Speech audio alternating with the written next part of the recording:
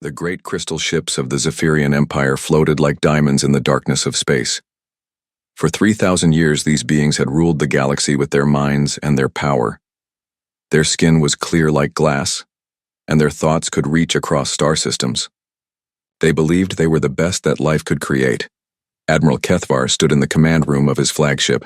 His body glowed with soft blue light as he read the reports from his scouts.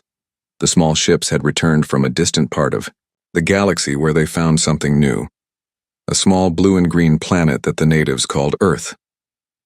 The beings on this world were strange to the Zephyrians. They had no power to speak with their minds. They could not bend energy to their will. Their ships used crude fire and metal to move through space. They seemed like children playing with rocks and sticks. Kethvar looked at the images his scouts had brought back. The humans were soft creatures with pink or brown skin. They had hair on their heads, and they wore clothes to cover their bodies. They fought each other over small pieces of land and resources. They seemed to have no unity at all. The scout captain Nethys approached Kethvar with more information. She told him about the human colony she had seen. A red planet called Mars where humans lived in domes. Ice moons where they dug for water. Rocky asteroids where they pulled metal from stone. The humans had built these places with their crude technology.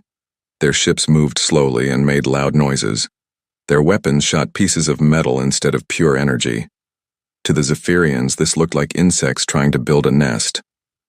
Kethvar called his commanders to a meeting. In the great hall of his ship, 20 Zephyrian officers gathered. Their minds linked together as they shared thoughts without words. They looked at the data about humanity and felt only amusement.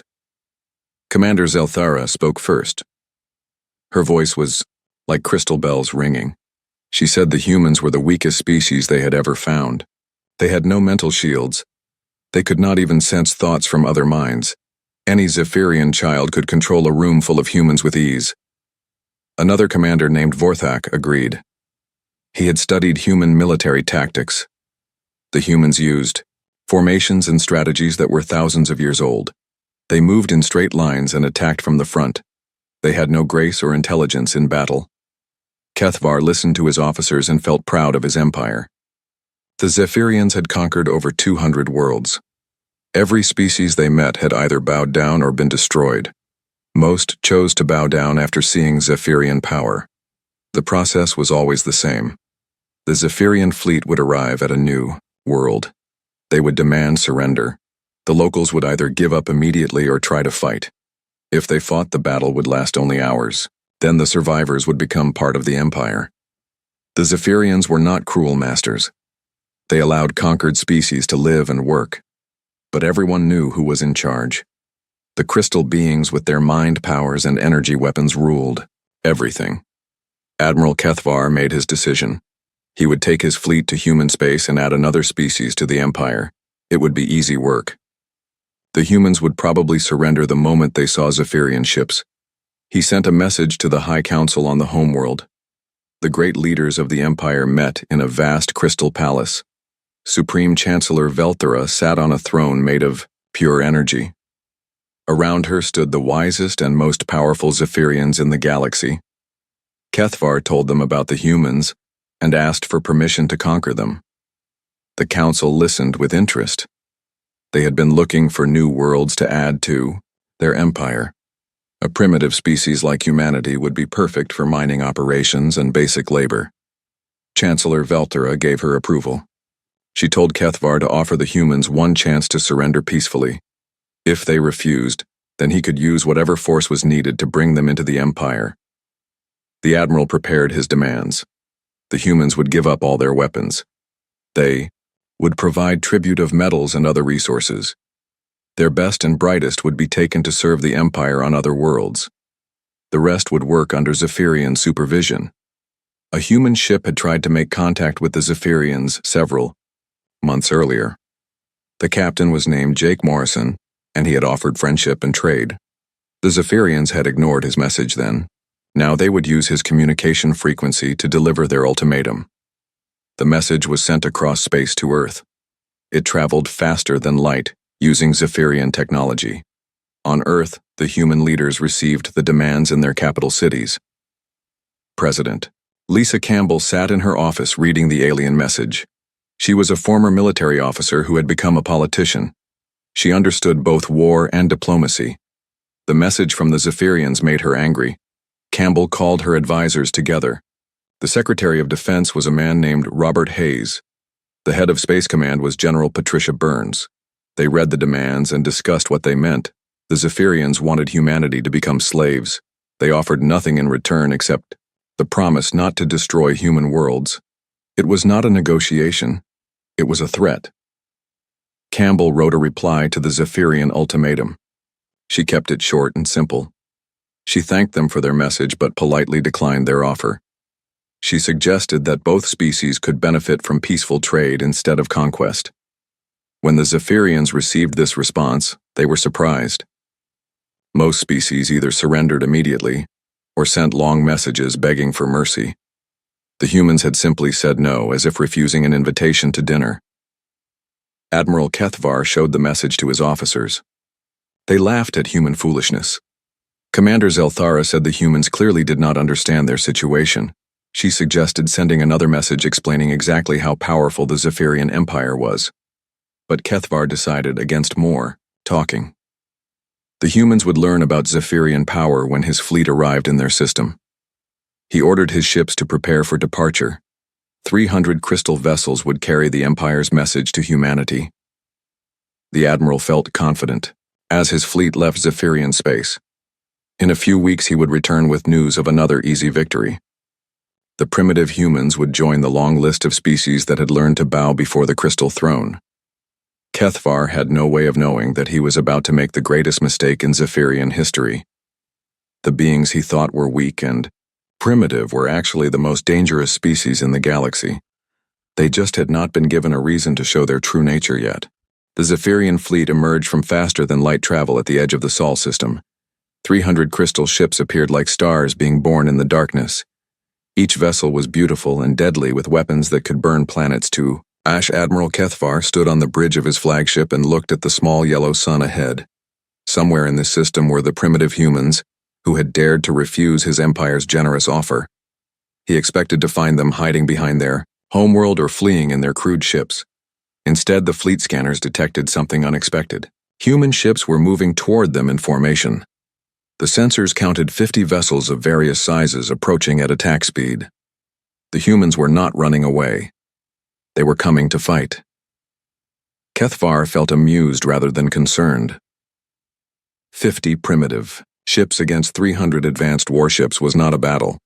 It would be a brief demonstration of superior technology. He ordered his fleet to form a standard attack formation and prepare to disable the human vessels. The human fleet was led by Commander Ryan Adams aboard a ship called the UES Defiance. Adams was a career military officer who had spent his life preparing for war.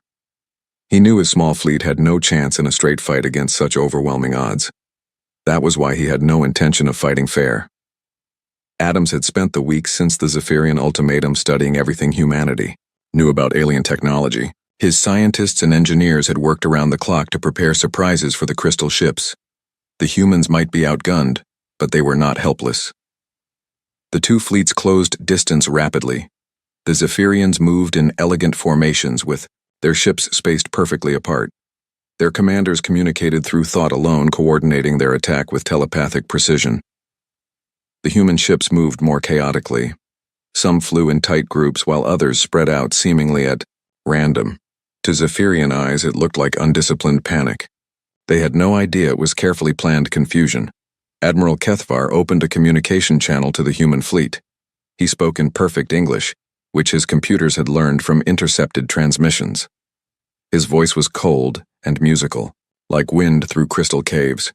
He told the humans to surrender immediately and they would be treated well.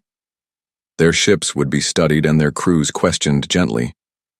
If they continued to resist, they would be destroyed without mercy. Commander Adams replied with words that would be remembered in Zephyrian history. He said humanity had considered their offer and decided to make a counter-proposal. The Zephyrians could leave human space immediately, or learn why that was the safer choice. Kethvar ended the communication and gave the order to attack. The Zephyrian ships opened fire with beams of pure energy. The weapons could cut through asteroid belts and boil oceans. Against primitive human vessels, they should have been instantly decisive. But the humans had studied Zephyrian energy signatures from previous encounters. Their ships were covered in reflective armor that scattered the deadly beams. The energy, weapons that should have vaporized human vessels instead only damaged their outer hulls. The Zephyrians were surprised but not concerned. They had other weapons and their ships were still far superior. They began to close distance for more effective attacks using different energy frequencies. That was when the humans revealed their first real surprise. Small pods launched from the human ships and drifted through space looking like harmless debris. The Zephyrian fleet ignored them as they focused on the main targets. The pods were actually nuclear mines disguised to look like wreckage. When the crystal ships moved past them, the mines exploded with the power of small stars. The beautiful Zephyrian vessels were not designed to handle such crude but devastating weapons. Explosions bloomed throughout the alien fleet as ship after ship struck the hidden mines. The elegant formations broke apart as commanders tried to avoid the invisible danger. For the first time in centuries, Zephyrian ships were being destroyed by an enemy attack. But the humans were just getting started. While the aliens dealt with the mines, a new threat appeared. Human fighter craft launched from hidden positions behind asteroids and dead satellites. These small ships moved faster than anything in the Zephyrian fleet. Lieutenant Karen Price led a squadron of 12 fighters, straight toward the largest Zephyrian vessel. The alien ship's defensive guns fired energy beams that could have destroyed a city. But the human fighters moved in random patterns that made them almost impossible to hit. Price guided her fighter through the defensive fire and straight into the open hangar bay of the command ship. Her squadron followed her inside and began attacking the vessel from within. The Zephyrians had never faced enemies willing to fly into their ships. On the main battlefield, something even stranger was happening. Human ships were deliberately ramming into Zephyrian vessels. The crystal ships were larger and more powerful, but the human vessels hit them at such high speeds that both ships were destroyed. Commander Adams watched from his bridge as the battle became more chaotic than anything in military history. His crews were following a plan he called Operation Madness. Every human captain had orders to fight in ways that made no logical sense. The Zephyrians were telepathic beings who could read thoughts and predict actions. But human minds under extreme stress became impossible to understand. The alien commanders could not coordinate their defense when their enemies acted like madmen. A human destroyer called the UES Vengeance found itself surrounded by 5 Zephyrian cruisers. The ship was badly damaged and could not escape. Captain Tony Martinez made a decision that shocked even his own crew. He opened a communication channel to all ships in the area, both human and alien. He told them to remember what they had seen here today. Then he activated his ship's self-destruct system and flew directly into the center of the alien formation. The explosion destroyed all 6 ships, including his own. But the sacrifice created a gap in the Zephyrian line that allowed 3 human vessels to escape. The aliens could not understand why anyone would choose death over surrender. As the battle continued, the Zephyrians began to feel something they had not experienced in 3,000 years. They were afraid. These primitive humans fought with a ferocity that defied logic. They seemed to prefer death to defeat. Admiral Kethvar realized his fleet was in serious danger despite their superior numbers. He ordered a tactical withdrawal to regroup and assess the situation. But even retreating was dangerous with human fighters still attacking from all directions. The battle lasted 6 hours and ended with the Zephyrian fleet limping away from human space. They had won in the sense that more human ships were destroyed than alien ones. But the cost had been terrible. Kethvar had lost 60 vessels and thousands of crew members. His remaining ships were damaged and his commanders were shaken. The primitive humans had done something no enemy had accomplished in millennia. They had made the Zephyrian Empire bleed. The admiral sent his report back to the High Council with growing dread. He told them the humans were not like other species. They did not fight to win territory or resources. They fought as if war itself was their purpose. On Earth, the survivors of the battle were treated as heroes. Commander Adams had lost his flagship but survived in an escape pod. He told reporters that humanity had sent a message to the galaxy. They would not go quietly into slavery. President Campbell addressed the world from her office. She told the people of Earth that the battle was only the beginning. The aliens would return with more ships and better strategies. Humanity needed to prepare for a war unlike anything in their history. But she also told them something important. The great Zephyrian Empire had expected an easy victory. Instead, they had learned that humans could bite back. The crystal ships might be more advanced, but they were not invincible. In space stations and colonies throughout the solar system, humans began to prepare. They had drawn first blood against a galactic empire. Now they would discover if they had the strength to survive what came next. News of the first battle spread across human space faster than the returning ships could carry it. On every world and station, people gathered around communication screens to hear about their species' first real fight against alien invaders. What they heard changed everything. Dr. Matthew Collins was working in his research lab on Titan when the reports came in. He was a peaceful scientist who studied alien life forms, hoping to find ways for species to live together. The moment he learned about Zephyrian demands for human slavery, he put aside his gentle research forever. Collins began working on biological weapons instead. He studied samples of alien tissue that had been recovered from destroyed ships.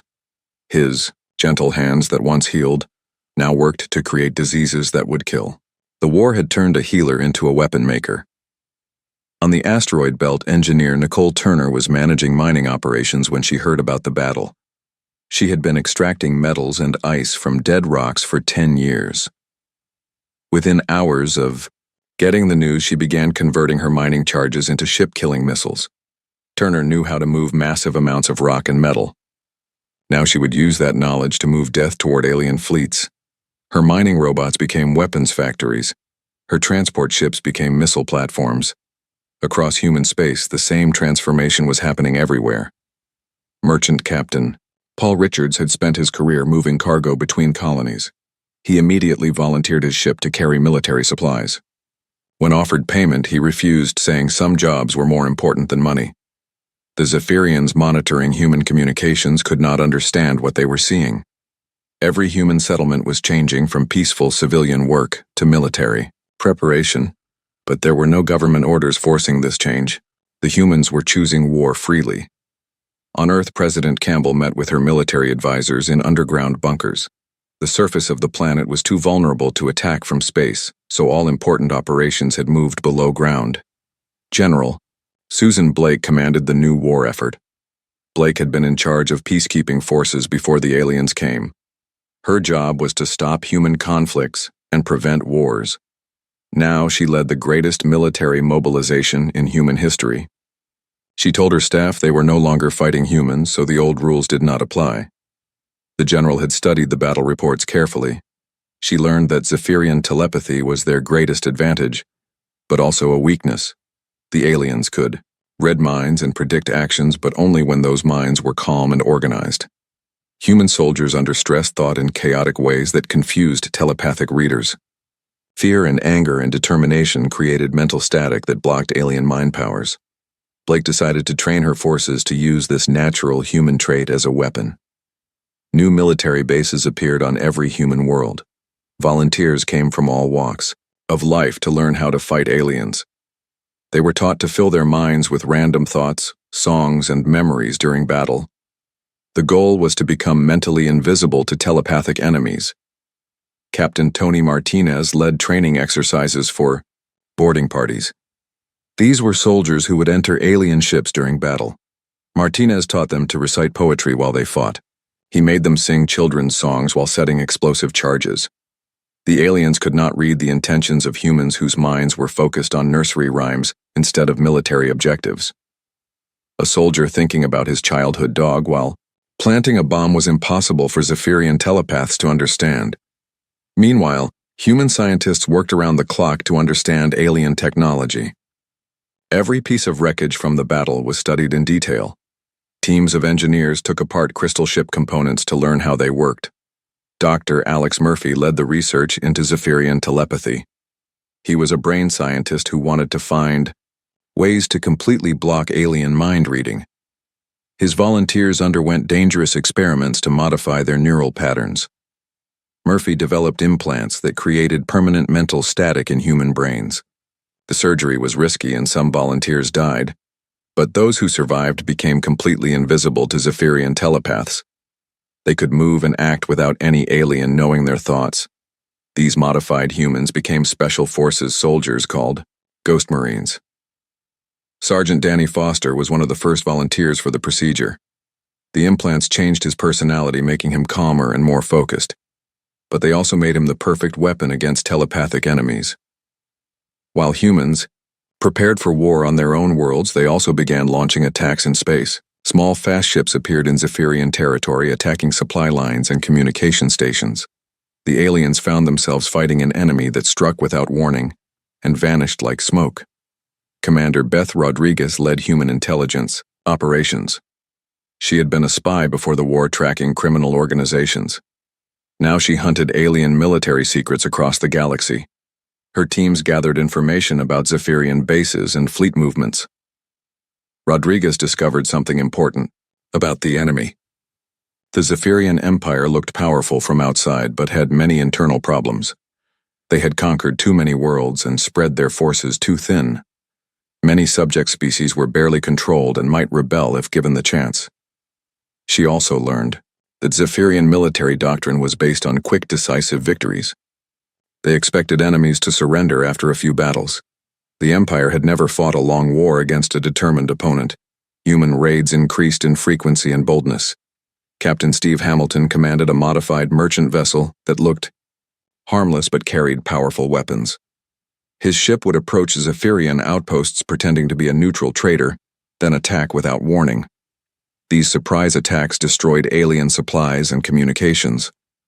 More importantly, they made the Zephyrians afraid to travel alone. The empire that had ruled the galaxy through fear was now experiencing fear itself. Admiral Kethvar found his position becoming more difficult every day. His superiors on the homeworld demanded quick victory over the humans. But every attack he launched resulted in heavy losses. The primitive species was proving far more dangerous than anyone had predicted. The Admiral requested reinforcements from the High Council. He explained that humans fought unlike any species the Empire had encountered before. They did not follow the normal patterns of warfare. They seemed to prefer death over surrender. Supreme Chancellor Velthara was growing impatient with the war. She had expected human resistance to collapse within months. Instead, the fighting had continued for over a year, with no clear Zephyrian victory in sight. The Chancellor sent additional fleets to human space, but ordered Kethvar to end the war quickly.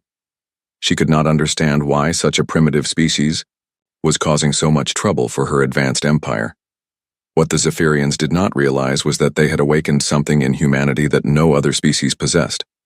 Humans had evolved as persistence hunters who could chase prey for days without stopping. They did not know how to give up.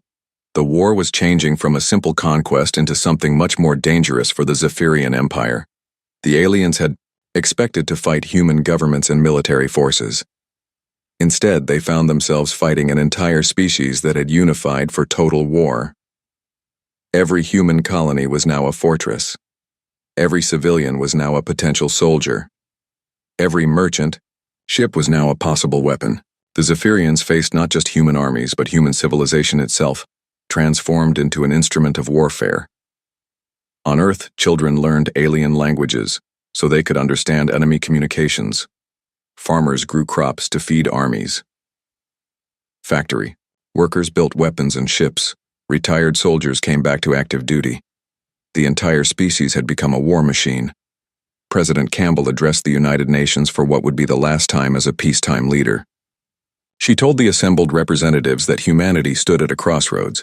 They could accept slavery under alien rule or fight for their freedom with everything they had. The vote was unanimous. Every nation on Earth committed to total war against the Zephyrian Empire. The humans had made their choice, and there would be no turning back. 2 years had passed since the first battle, and the galaxy was learning to fear humanity. Zephyrian fleets that once moved freely between star systems now traveled in large groups with heavy escorts.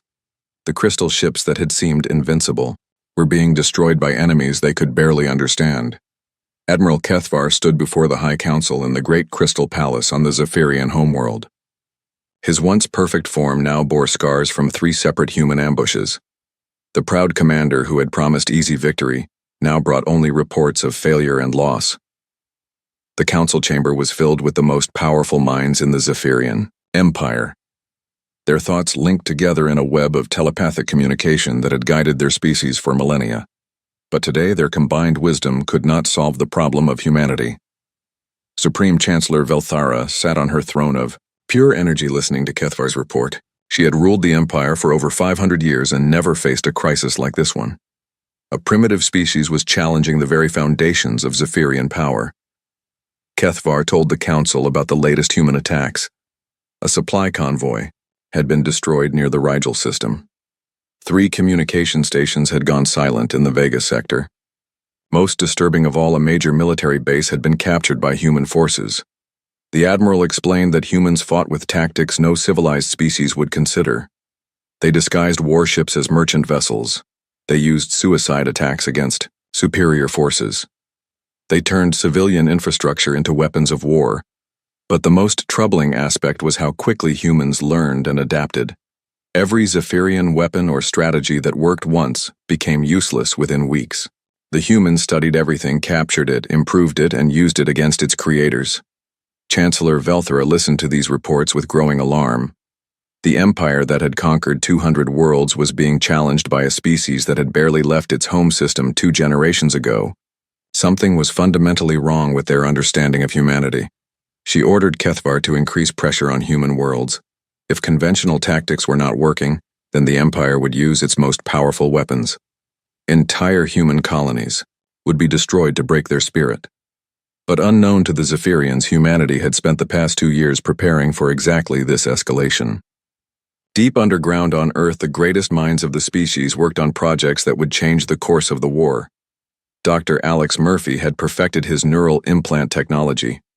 The Ghost Marines were no longer experimental soldiers, but an entire division of humans invisible to telepathic detection. They moved through alien territory like phantoms, striking targets and vanishing without trace. Sergeant Danny Foster led the most successful Ghost Marine unit in human space. His team had captured 3 Zephyrian vessels and dozens of alien prisoners. Each success provided more intelligence about enemy weaknesses and capabilities. Foster's latest mission would prove to be the most important of the war. His team was ordered to capture a Zephyrian command ship intact. The aliens had never lost a major vessel with its computer systems undamaged. Human intelligence needed access to alien strategic databases. The target was Admiral Kethvar's own flagship. The massive crystal vessel was protected by a full battle group and equipped with the most advanced defenses in the Zephyrian fleet. It seemed impossible for a small team of humans to capture such a prize. But Foster had learned that impossible was just another word for difficult. His Ghost Marines approached the alien fleet using a captured Zephyrian scout ship. The vessel's identification codes were still valid, and it passed through enemy security without challenge. The boarding action that followed became legend among human forces. Foster's team moved through the alien ship like deadly spirits. The Zephyrian crew could not detect them with telepathy, and their physical senses were not adapted for hunting invisible enemies. Within hours, the command ship was under human control. Most of the alien crew was captured alive, and the ship's computer systems were completely intact. For the first time in the war, humans had access to the complete strategic database of the Zephyrian Empire. What they discovered changed everything. Commander Beth Rodriguez led the team analyzing the captured data. She had expected to find information about alien military plans and fleet positions. What she found was much more valuable. The Zephyrian Empire was not the monolithic power it appeared to be. The crystal beings ruled over dozens of conquered species, many of whom hated their masters. Rebellion had been crushed repeatedly, but the desire for freedom still existed among the subject worlds. More importantly, the Empire's military was spread dangerously thin. Zephyrian forces were committed to holding hundreds of worlds and controlling thousands of trade routes. They had reserves, but moving them would leave critical positions undefended.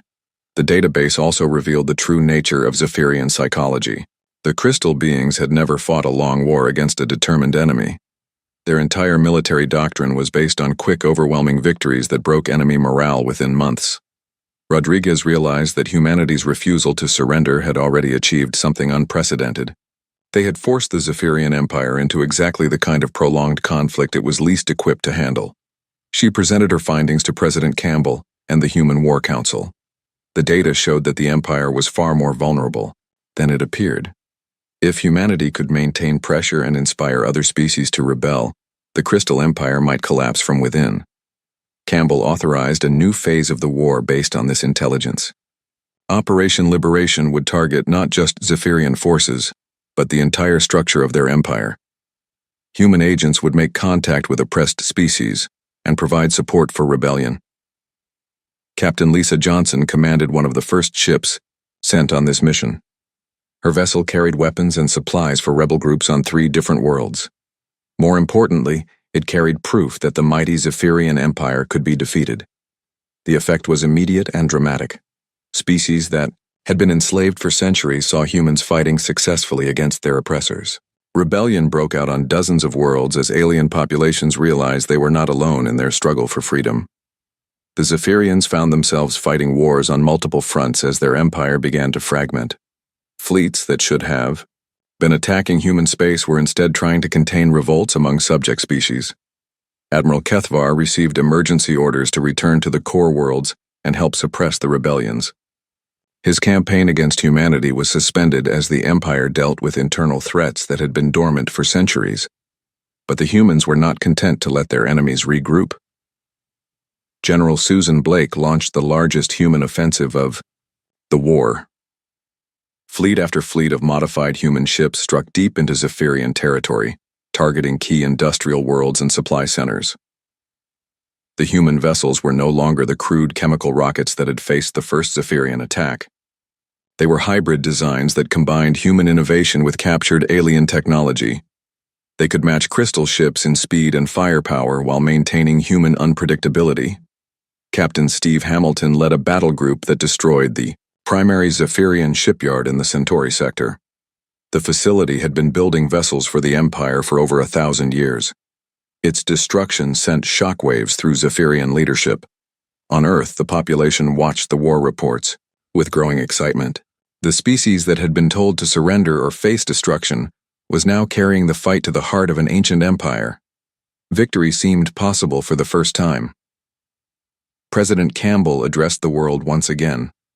She told humanity that they stood on the threshold of something unprecedented. A young species was challenging the oldest empire in the galaxy and winning, but she also warned that the hardest battles were still ahead. The Zephyrians would not accept defeat easily. They would use every weapon in their arsenal to maintain their rule over the galaxy. Campbell was right to be cautious.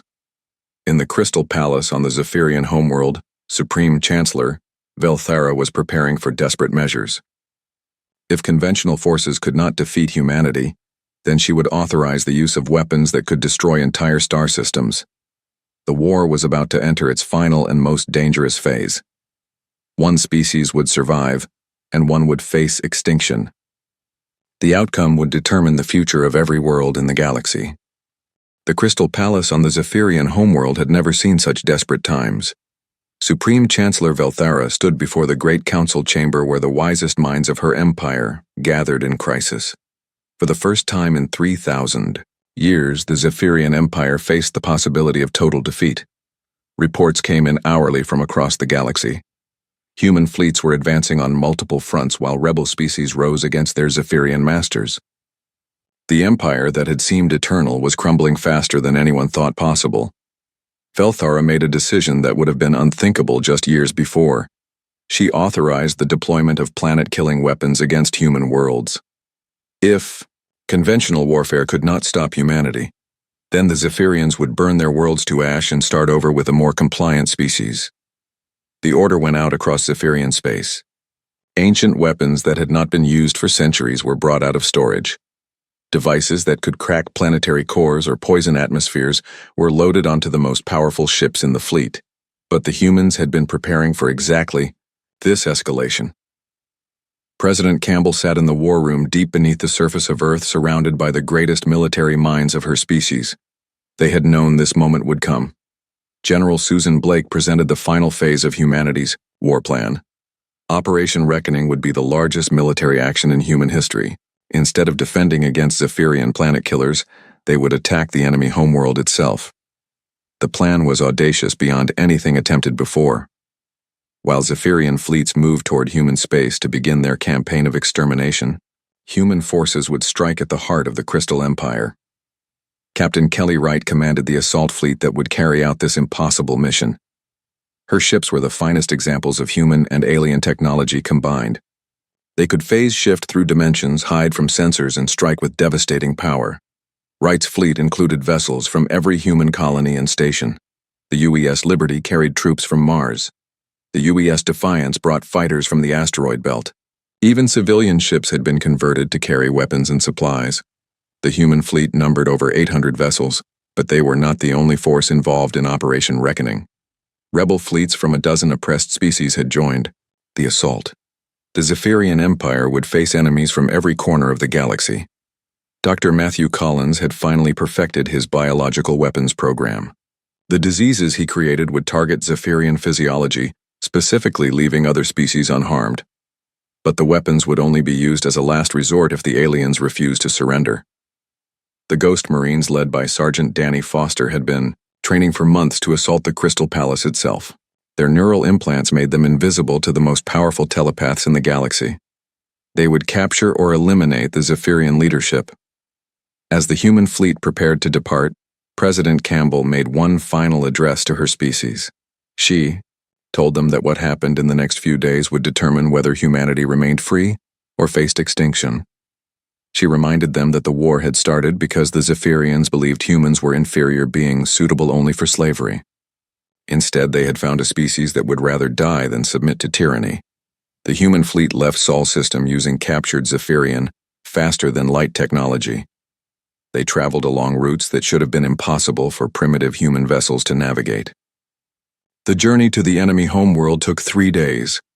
Admiral Kethvar was leading the Zephyrian planet-killer fleet toward Earth when he received an impossible report. Human ships were appearing in the home system around the capital world. Not just a few raiders, but an entire armada. Kethvar could not understand how humans had traveled so far so fast without being detected. The homeworld was protected by the strongest defenses in the galaxy. No enemy had ever threatened the Crystal Throne. He received emergency orders to abandon the attack on human worlds and return home immediately. But his fleet was too far away to arrive in time. The humans had planned their timing perfectly. Captain Wright led her fleet in a coordinated assault on every major Zephyrian world simultaneously. Ships appeared around 12 different planets carrying the same message. The Zephyrian Empire had one chance to surrender peacefully. The message was broadcast on all frequencies in perfect Zephyrian language. Admiral Wright identified herself as the representative of humanity and its allies. She offered terms that no Zephyrian had ever expected to hear from a primitive species. The Empire would dissolve immediately, and all conquered worlds would be freed. War criminals would face trial before an interspecies tribunal.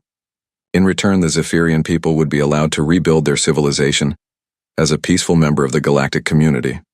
Wright made it clear that humanity had the power to destroy every Zephyrian world. Their fleets surrounded the core systems, and their weapons were charged and ready. But humans preferred justice to genocide. Supreme Chancellor Velthara received this message while sitting on her throne of pure energy. Around her, the greatest telepathic minds in the galaxy joined together trying to understand how this was possible. The primitive species that should have been enslaved months ago was now dictating terms to the masters of the galaxy. Human fleets, controlled Zephyrian space, and human armies were preparing to land on the homeworld. Velthara tried to rally her remaining forces for a final battle. She called upon the pride and superiority that had driven Zephyrian expansion for millennia, but her own commanders were beginning to doubt. Captain Tony Martinez led a boarding party onto the orbital defense platform protecting the capital. His Ghost Marines moved through the station like deadly phantoms, eliminating resistance without being detected by telepathic sensors. Within hours, the platform was under human control, and its massive weapons were pointed at the surface. The symbolism was clear to every Zephyrian watching. Their own defenses had been turned against them. On the surface, Sergeant Foster led his team through the Crystal Palace itself. The building that had never been entered by enemies was now infiltrated by invisible human soldiers. They moved past confused guards toward the throne room. Supreme Chancellor Velthara felt their approach despite their mental shielding. Something about human determination could penetrate even the strongest telepathic barriers. She knew her reign was ending. The final confrontation took place in the Great Council chamber where Zephyrian leaders had made decisions affecting billions of lives across the galaxy. Foster and his team appeared as if materializing from thin, or they did not attack immediately. Foster removed his helmet and looked directly at the Supreme Chancellor. He told her that humanity offered one final choice. She could order the surrender of all Zephyrian forces or watch her species face extinction. Belthara tried to read the human mind but found only determination and sadness. Foster did not want to destroy her people, but he would do whatever was necessary to protect humanity and its allies. The Chancellor realized that she was facing something unprecedented in galactic history, a species that had the power to commit genocide but chose restraint instead. The humans were proving themselves superior not through conquest, but through mercy. She sent out the order for all Zephyrian forces to cease hostilities and surrender. The great crystal fleets that had ruled the galaxy for 3 millennia powered down their weapons and waited for instructions from their new human captors. Admiral Kethvar received the surrender order while still traveling toward the homeworld. His planet-killer fleet had been only hours away from beginning the destruction of human worlds. Instead, they found themselves prisoners of the species they had tried to exterminate. President Campbell addressed the galaxy from aboard Captain Wright's flagship in orbit around the Zephyrian homeworld. She spoke to billions of beings across hundreds of worlds, telling them that the age of empire was ending. She announced the formation of a new galactic council where every species would have an equal voice.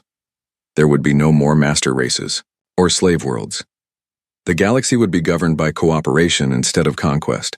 The transition was not immediate or perfect. Some Zephyrian commanders refused to accept defeat and had to be eliminated. Some subject species wanted revenge against their former oppressors and had to be restrained. But gradually, a new order emerged from the chaos of war. The Zephyrian homeworld became a center of learning where former enemies studied together. The crystal beings who had once ruled through fear now contributed their knowledge to peaceful research. Years later, historians would debate exactly how humanity had achieved the impossible. How had a primitive species defeated an ancient galactic empire in just 3 years of warfare? The answer lay in the fundamental difference between the two civilizations. The Zephyrians had conquered through superiority and fear. They expected enemies to surrender when faced with overwhelming force. Humanity had something the crystal beings could never understand. They fought not just for victory, but for the idea that all beings deserved freedom. That belief made them stronger than any weapon. Commander Lisa Johnson wrote the official history of the war for the New Galactic Archives. She concluded that the Zephyrian Empire had indeed made their last mistake when they declared war on humanity.